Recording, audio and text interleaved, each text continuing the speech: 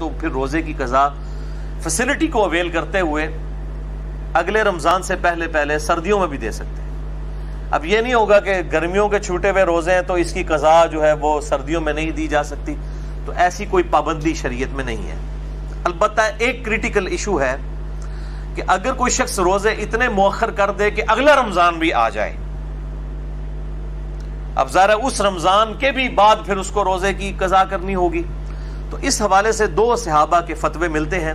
صحیح سند کے ساتھ۔ سنن الکبریٰ البیہقی کے اندر انٹرنیشنل نمبر کے مطابق صفحہ نمبر 253 اور جلد نمبر 4 پہ سیدنا عبداللہ ابن عباس رضی اللہ تعالی عنہما اور سیدنا ابو ہریرہ رضی اللہ تعالی عنہ کا فتویٰ موجود ہے کہ وہ کہتے ہیں کہ اگر کوئی شخص روزہ اتنا ڈیلے کر دے کہ اگلا رمضان آ جائے تو پھر ایسا شخص جو ہے وہ فدیہ بھی دے گا اور روزے کی قضا بھی کرے گا، یعنی اس کو ڈبل پینلٹی ہوگی کہ وہ یہ سال گزرنے کی وجہ سے ہر روزے کے بدلے